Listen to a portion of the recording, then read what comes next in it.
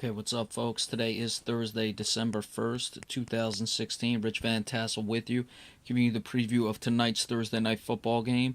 The 10-1 Cowboys, who are 5-0 on the road, travel to Minnesota to play the Vikings, who are 6-5. Very good, 4-1 at home. Injuries for the visiting Cowboys: Barry Church, the safety, questionable.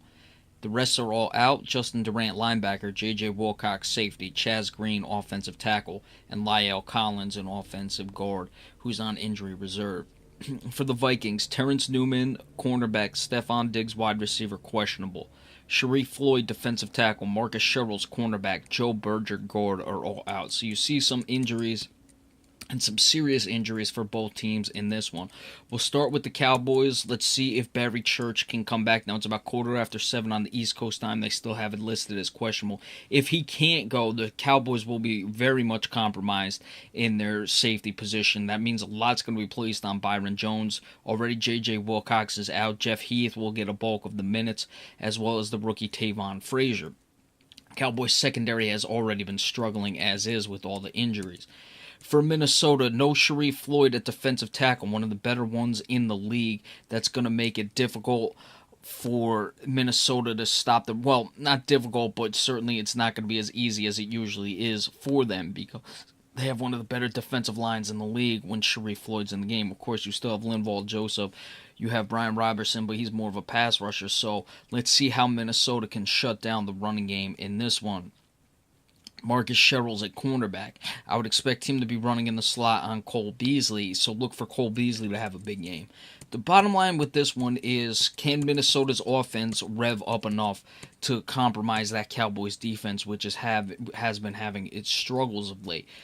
Minnesota is not running the ball very well. The Cowboys are good against the run. Jerick McKinnon under 3 yards per carry all the way through this season, just over 100 carries, that is.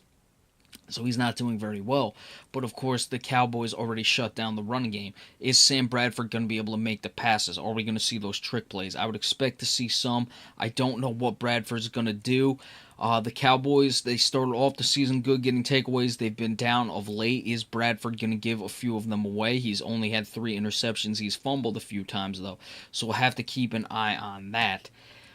Everything tells me I should go with the Vikings in this one, but I'm not. You can call me a homer because of the Cowboys, but for whatever reason, I wanted to go with the Vikings. I think the Cowboys' winning streak will likely end next week against the Giants, and not tonight. I just don't see enough. If Kirk Cousins couldn't take advantage of the Cowboys' defense last week and couldn't make all the plays, or the Redskins couldn't come up with enough plays to win that game, I don't see Minnesota being able to do it.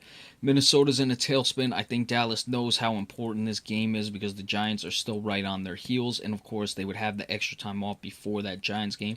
And I think too much Ezekiel Elliott once again for the Cowboys. Dak Prescott makes the plays necessary. Mackenzie Alexander, another cornerback, is out or is doubtful for the Minnesota Vikings. So you already have Newman questionable. You have Mackenzie Alexander and Terrence Newman doubtful and questionable to begin with. So that means a lot's going to be on Xavier Rhodes with Des Bryant. Trey Waynes marking up Terrence Williams. I look for Cole Beasley to have a big day, and I think the Cowboys come away with the victory. I'm liking 28-23 over the Minnesota Vikings in this one. All right, so I'll probably stay up and watch this game, of course, unless it gets out of hand. Be sure to stay tuned for the recap at the end of the game if I'm up. Thank you so much. We'll see you later.